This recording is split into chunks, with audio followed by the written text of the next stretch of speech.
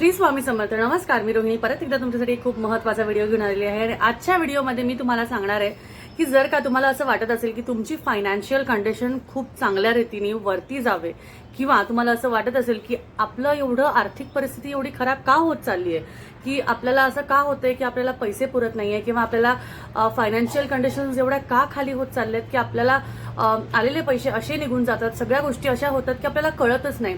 त्यासाठी काही गोष्टींकडे तुम्हाला लक्ष द्यावं लागतं आणि त्या गोष्टी म्हणजे तुम्हाला स्वतःहून नाही पण काही गोष्टींकडे अशा रीतीने तुम्हाला बघायला लागेल की तुम्हाला तुमचा चंद्रमा, तुमच्या ग्रहातला जो चंद्रमा आहे त्याकडे तुम्हाला लक्ष देऊन तो नीट करायचा असेल. आता तो नीट कसा करायचा, तुम्हाला भरपूर उपाय मिळून जातील. हा करा, तो उपाय करा, हे करा, ते करा.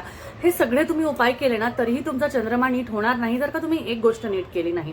ती म्हणजे कंप्लेंटफुलनेस जी आहे. कंप्लेंटफुलनेस म्हणजे तुम्ही जर का कुठल्याही गोष्टींसाठी सारखी कंप्लेंट करतायत, माझं हे नाही झालं, माझं असं नाही झालं, मी ह्यामुळे हे केलं नाही, मला हे ह्यामुळे करता आलं नाही, मला असं काही जमलं नाही, मला ह्याच्यामुळे हे जमलं नाही, म्हणजे जी काही तुम्ही लाईफमध्ये सारखी वारंवार जी कंप्लेंट करता ना ती कंप्लेंट करणं आजपासून बंद करा.